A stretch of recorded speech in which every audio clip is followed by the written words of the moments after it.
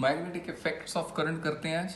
Magnetic effects of current, magnetic effects of current बड़ा easy chapter है ये। इसमें सबसे जो पहला टॉपिक है उसको करते हैं, that is basically Biot Savart law. Biot Savart law, इसको कई बार लैपलेस थ्योरम भी कह देते हैं, इसमें मैग्नेटिज्म में लैपलेस लॉ कह देते हैं। बायोट सेवर्ट लॉ करने से सबसे पहले आपको एक पता होना चाहिए इस चैप्टर में, magnetic field is a vector quantity and it is represented by B. Magnetic field B से रिप्रेजेंट की जाती है। तो मतलब जो चैप्टर स्टार्ट करना है तो सबसे पहले आपको मैग्नेटिक फील्ड की यूनिट तो पता ही होनी चाहिए। मैग्नेटिक फील्ड की जो यूनिट होती है वो है टेस्ला। एसआई यूनिट टेस्ला है और सीजीएस यूनिट गॉस है। ये आपको पता होना चाहिए। 1 टेस्ला इक्वल टू 10⁴ गॉस है, ये भी आपको मालूम होना चाहिए। ठीक है, इतना आप काम करेंगे। मतलब आपको मैग्नेटिक फील्ड का सिंबल बता दिया, दिस इज अ सिंबल, ये सिंबल है मैग्नेटिक फील्ड का। ठीक है, उसके बाद एसआई यूनिट बता दी टेस्ला है, कैपिटल टी से रिप्रेजेंट होती है। सीजीएस सिस्टम गॉस बोलते हैं मैग्नेटिक फील्ड की, यानी 1 टेस्ला इज 10⁴ गॉस, ये आपको याद करनी पड़ेगी। ठीक है, अब मैं ये लॉ पे चलता हूँ, that is Biot Savart law. ठीक है, जो लैपलास लॉ कह देते हैं इसको इन मैग्नेटिज्म। चलो इसमें ऐसे अभी बायोट सेवर्ट लॉ में सबसे पहले मैंने माना भाई एक वायर है, ये जरूरी नहीं है सीधी हो, कैसे भी हो सकती है, मतलब मैंने मान ली बस ये वायर है। इस वायर में करंट जा रहा है in this direction, this is I. अच्छा एक बात तो, करंट स्केलर है क्या वेक्टर है? सर करंट तो स्केलर है।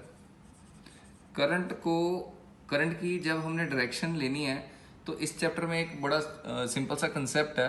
वो क्या करेंगे, सपोज मैंने मान ला एक बहुत छोटी सी लेंथ यहाँ से लेके यहाँ तक, ये लेंथ बहुत छोटी है जिसका डिस्प्लेसमेंट ए से बी है, तो मैंने इसकी लेंथ लिख दी डीएल, ये डीएल लेंथ है। तो इसको, इस छोटे से पोर्शन को अगर मैं दोबारा से रिकंस्ट्रक्ट करूं तो इसको यूं करके यूं वो आई डी एल डाल के इकट्ठा डाल देंगे वेक्टर, यानी दिस इज नोन है। देखो करंट के ऊपर वेक्टर नहीं आ सकता, लेकिन आई डी एल मतलब आई डी एल कॉम्बिनेशन में वर्ड है ये। ठीक है, डी एल अलग नहीं है, आई अलग नहीं है, आई डी एल इकट्ठा कर दिया। तो आई डी एल को हम करंट एलिमेंट बोलते हैं। क्या बोलते हैं? Current element. जो करंट एलिमेंट है वो स्केलर नहीं है, वो वेक्टर ही है।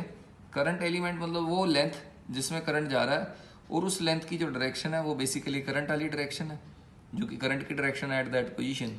तो I D L is known as current element.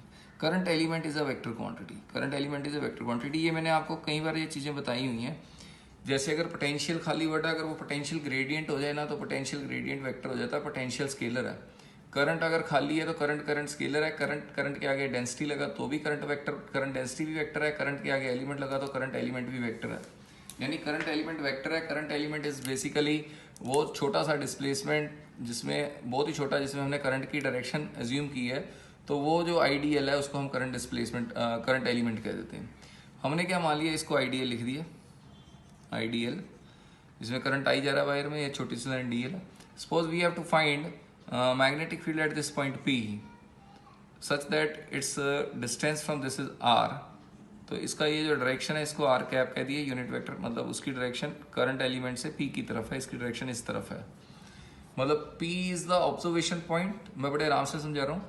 P observation point है where you have to calculate magnetic field using Biot Savart law. Then the unit vector r cap is always in the direction of point where you have to find magnetic field। जिस point पे आपने magnetic field find करनी है इसकी direction हमेशा उस तरफ होगी, ये एरो इस तरफ होगा, ना कि इस तरफ। ठीक है, ये समझ में आ गया? चलो सर ये समझ में आ गया, करंट एलिमेंट पता लग गया। तो जो बायोट सेवर्ट लॉ ने जो कहा था वो क्या कहा था, उसने कहा था the magnetic field due to this small current element means basically उसने कहा इसके कारण जो इस पॉइंट पे मैग्नेटिक फील्ड है उसको हमने डीबी से डोनेट किया। तो that magnetic field due to this current element is directly proportional to current in this wire, directly proportional to length, यानी this length of the wire. ये डीबी क्यों बोला? देखो पूरे के कारण जो इस पॉइंट पे मैग्नेटिक फील्ड होगी वो बी होगी, लेकिन इस छोटे से कारण इस पॉइंट पे जो मैग्नेटिक फील्ड है वो डीबी है। डीबी और बी में फर्क पता लग गया? सर पता लग गया, बहुत बढ़िया सर, मजा आ रहा है। Now dB is directly proportional to sine of theta. What is theta here? देखो this is the direction of IDL, ठीक है, this is the direction of r cap, then this angle is known as theta, means ideal और r cap के बीच में, यानी ये जो एंगल है छोटा सा ये थीटा है, यानी करंट एलिमेंट इधर है, डीएल इधर जा रहा है, इन दोनों के बीच में जो एंगल है उसको हमने क्या बोल दिया, थीटा है। ठीक है, चलो then dB is founded that inversely proportion to R square, more is the distance, जो मैग्नेटिक फील्ड होगी इस स्मॉल एलिमेंट के कारण वो कम हो जाएगी, तो वो कह रहा है वो इनवर्सली प्रोपोर्शनल है। चलो ये हमने सारा कुछ लिख लिया है सर, ये हमें समझ में आ गया। जब इस पूरे को कॉम्बिनेशन करोगे, कंबाइन करोगे इस सारे को, तो देखो एक लॉ क्रिएट होगा, दैट इज आप बोलोगे sir dB is found to be proportional, कर देते हैं पहले, IDL sine theta upon R square, this is the magnetic field. Okay sir, clear है, इस पॉइंट पी पे आपने निकाल ली है। अब प्रोपोर्शनल साइन हटाओगे तो कांस्टेंट आएगा, the constant sign dB is equal to mu naught upon 4 pi IDL sine theta upon R square, where mu naught is known as absolute permeability in vacuum। ठीक है, क्योंकि आपने वायर को vacuum में रखा, तो म्यू नॉट जब vacuum में रखोगे तो इसका म्यू नॉट इतना ही आएगा, और म्यू नॉट की वैल्यू कितनी है, म्यू नॉट की वैल्यू है 4 पाई इंटू 10⁻⁻⁷। अगर म्यू नॉट अपॉन 4 पाई की वैल्यू बोलेंगे तो वो कितनी आएगी, दैट इज 10⁻⁷, यानी इसकी इंडिविजुअल जो वैल्यू है वो 10⁻⁷ है। तो व्हाट इज परमेबिलिटी, देखो परमेबिलिटी का मतलब ऐसे है, जैसे पहले तो मैं इसको कुछ ऐसे बताता हूँ, देखो पहले चैप्टर में ना हमने परमिटिविटी बोला है, यहाँ पर परमिएबिलिटी है। परमिएबिलिटी देखो, अगर इसकी वैल्यू अगर कोई और मीडियम हो तो किसी और मीडियम में म्यू नॉट की जगह mu naught into mu R आएगा। ठीक है, mu naught into mu R, where mu R is relative permeability, where mu R is relative. देखो अगर रिलेटिव परमिएबिलिटी दी है तो आपने म्यू नॉट से मल्टीप्लाई करना है, ये आपको मालूम है। अगर एप्सिलॉन आर दिया तो आपने उसको एप्सिलॉन नॉट से मल्टीप्लाई करना है, अगर म्यू नॉट दिया तो म्यू आर से मल्टीप्लाई करना। तो परमिएबिलिटी थोड़ा परमिटिविटी से थोड़ी डिफरेंट ऐसे हो जाती है, जिस मीडियम की परमिएबिलिटी ज़्यादा होगी ना उसमें से मैग्नेटिक फील्ड लाइन बड़ी इजीली पास हो जाती हैं, वाइल जिस मीडियम की परमिटिविटी ज़्यादा होगी ना उसमें से इलेक्ट्रिक फील्ड लाइन पास नहीं होती। उस चैप्टर में जितना भी था ना इलेक्ट्रिक फील्ड का फॉर्मूला बोला तो 1/4 पाई एप्सिलॉन नॉट था, उधर एप्सिलॉन नॉट नीचे था, देखो क्रॉस में था, इसमें ऊपर ही है। दोबारा सुनो, जितनी ये परमिटिविटी होती थी ना, मतलब परमिटिविटी फर्स्ट चैप्टर की, उतनी इलेक्ट्रिक फील्ड वहाँ पर कम जाती थी। लेकिन इसमें जितनी ज़्यादा परमिएबिलिटी ज़्यादा होगी उतनी ज़्यादा वहाँ पर मैग्नेटिक फील्ड लाइन आराम से पास हो जाएंगी। ठीक है, चलो ये अभी इसके और भी थोड़ा एक्सप्लेन करूंगा, लेकिन अभी मैं बाइट साइड लॉ पर ही रहना चाहता हूँ तो उधर ही रहता हूँ। यानी हमारा ये फॉर्मूला बन गया dB equal to mu naught upon 4 pi I dl sine theta by R square. चलो अब इसको वेक्टर फॉर्म में कैसे लिखना है वो देखते हैं।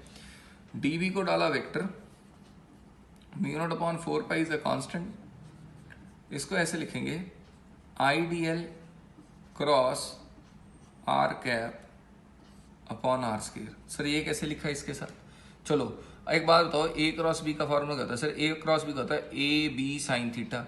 अब देखो ए आइडियल आ गया, बी आर कैप का मैग्नीट्यूड 1, यानी सर आइडियल इंटू 1, दोनों में एंगल आइडियल और आर में, आइडियल और आर में एंगल कितना है थीटा, तो साइन थीटा, क्रॉस प्रोडक्ट किया साइन आता। अरे भाई समझ नहीं आया, ए क्रॉस बी का क्या आंसर होता है, ए क्रॉस बी का होता है सर इसका मैग्नीट्यूड, फिर सर इसका मैग्नीट्यूड, फिर इन दोनों के बीच में सर जो एंगल है वो आ जाएगा साइन थीटा। सर वही तो किया है, देखो आइडियल वेक्टर का मैग्नीट्यूड तो सर आइडियल ही हो गया, आर कैप का magnitude sir 1 ideal into 1 ideal आ गया, इन दोनों के बीच में एंगल थीटा है तो यानी हमने साइन थीटा डाल दिया, यानी क्रॉस प्रोडक्ट आ गया। अब जान के ना इसको आर से और इसको आर से मल्टीप्लाई किया, जानबूझ के किया कि dB वेक्टर कितना आ जाए, mu naught upon 4 pi I dl cross R vector upon R cube. हाँ सर ये देखो ये वेक्टर फॉर्म में लिख लिया, बहुत बढ़िया बेटा, हमने वेक्टर फॉर्म में बहुत अच्छा लिखा है। यानी this is the magnetic field due to this small current element.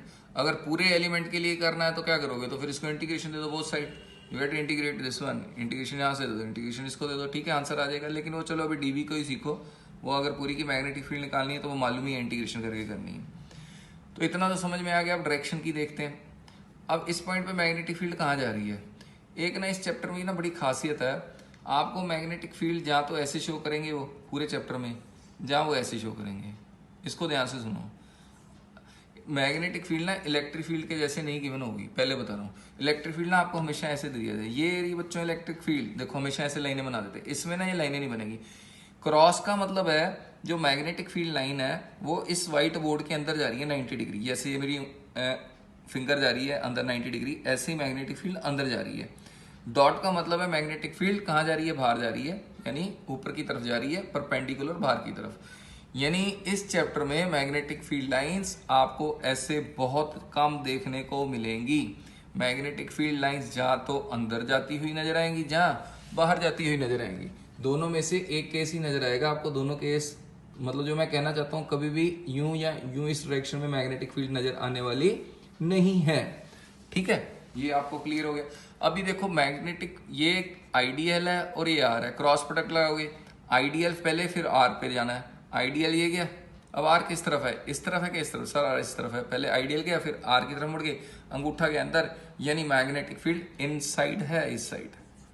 देखो बच्चों सर समझ ही नहीं आया कैसे गया बेटा, तुमको ए क्रॉस बी लगाना जाता है, ए क्रॉस बी, पहले ए में जाओ, आइडियल आइडियल, ये गया, ये गया, अब किस तरफ मुड़ना है, आर की तरफ, आर इधर मुड़ोगे, ऊपर मुड़ोगे, नीचे मुड़ोगे, इधर मुड़ोगे, सर देखो आइडियल सर आर इस तरफ है, इस तरफ जाओगे, आइडियल इधर गया, आर इधर मुड़ गया, अंगूठा किधर गया, अंदर। अब ऐसे मत जाना सर आइडियल आर इधर है ही नहीं, आर तो इस तरफ है, आइडियल इधर आर इधर, यानी अंगूठा अंदर है, यानी मैग्नेटिक फील्ड इनवर्ड। ठीक है, यानी इस पॉइंट पे मैग्नेटिक फील्ड इनवर्ड है। अब वही आइडियल के कारण मैग्नेटिक फील्ड इस पॉइंट पे निकालें सपोज, अब देखो सर आर इधर हो जाएगा, आइडियल इधर, अब आर इधर है कि इधर है, सर इधर है, आइडियल आर इधर गया, अंगूठा कहाँ गया, ऊपर, यानी this is the direction of magnetic field. यानी ये यहाँ पर डॉट आएगा, मैग्नेटिक फील्ड यहाँ पर ऊपर है, यहाँ पर अंदर है, यानी मैग्नेटिक फील्ड लाइन एक्चुअल में क्या हो रहा है, यहाँ से अंदर जा रही है और घूम के बाहर आ रही है, यानी यूं बाहर से अंदर, फिर अंदर ऐसे ही घूम के बाहर आएगी। अभी 10th वाला रूल बताता हूँ आपको पड़ा है थंब करंट है, देखो ये करंट है, फिंगर जिस साइड कर्ल होती है that is the direction of magnetic field. अभी देखो ये मेरा करंट गया, फिंगर मेरी कहाँ जा रही है, देखो तबला बजेगा, तबला बज रहा है, यानी मैग्नेटिक फील्ड अंदर की तरफ है 90 डिग्री, ये देखो अंदर ही है, इस सारी जगह मैग्नेटिक फील्ड अंदर है। अभी देखो इस पॉइंट पे पूछनी है, तो ये करंट ऊपर जा रहा है, तो अंगूठा करंट, ठीक है, थंब करंट हो गया, तो ये अब तबला नहीं बजेगा, देखो एयर में जा रही है यूं यूं, मैग्नेटिक फील्ड किधर है, अपवर्ड डायरेक्शन, यानी ये डॉट आ गया। समझ में आया, मुझे लगता है सर समझ में आया। सबसे अच्छा मेथड करंट की डायरेक्शन का ये होता है, यूं करंट ले जाओ, कहाँ देखना है मैग्नेटिक फील्ड, यहाँ देखनी है, यहाँ देखनी है, सर यहाँ देखनी है, इधर मुड़ जाओ, इधर मुड़ गया, अंगूठा अंदर गया, यानी मैग्नेटिक फील्ड इनवर्ड, ये अंगूठा अंदर गया। अभी इस तरफ देखनी है मैग्नेटिक फील्ड, ये गया करंट गया, और इस तरफ देखनी है, चलो इधर मुड़ जाओ, ये गया, किधर गया magnetic field, this is an upward direction. ठीक है, वेरी इजी सिंपल, आपको बाइट साइड लॉ करा दिया। इसमें आपको मालूम लग गया करंट की यूनिट एम्पीयर, डीएल डिस्प्लेसमेंट है, आर आपको पोजीशन वेक्टर है, यहाँ से जहाँ से आपने कंसिडर, इन दोनों का प्रोडक्ट आर वेक्टर है। ठीक है, डी भी मैग्नेटिक फील्ड है, मैग्नेटिक फील्ड की यूनिट पता लग गई, सब कुछ क्लियर है। चलो ओके।